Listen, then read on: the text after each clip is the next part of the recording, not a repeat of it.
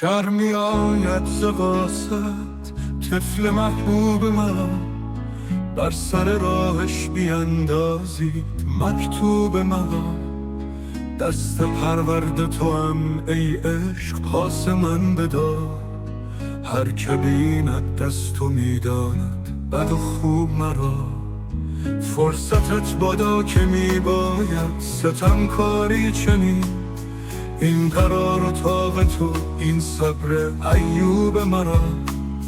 ناز پرورده به سالم گوش بر حرفم مکن، آرزو بسیار باشد طب محبوب مرا.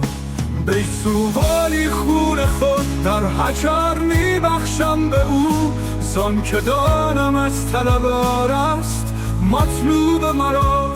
شوخ تبعیض اختلاط غیر منعت چون کنم، بیش از این نتوان شنیدن حرف دلکوب مرا.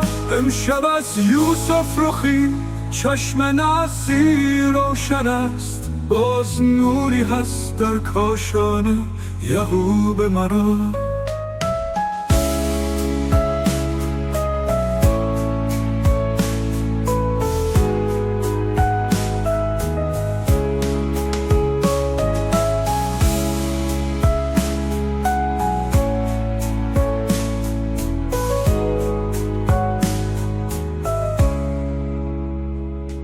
دست پرورد تو هم ای عشق پاس من بدار، هر که بیند دست و میداند بد و خوب مرا. فرصتت بادا که میباید ستم کاری چنین، این قرار و طاقت و این صبر ایوب مرا. بیسووالی خون خود در حجر میبخشم به او، زان که دانم از طلبار است مطلوب مرا. شوخ تبعیض اختلاط غیر منعت چون کنم، بیش از این نتوان شنیدن حرف دلکوب مرا.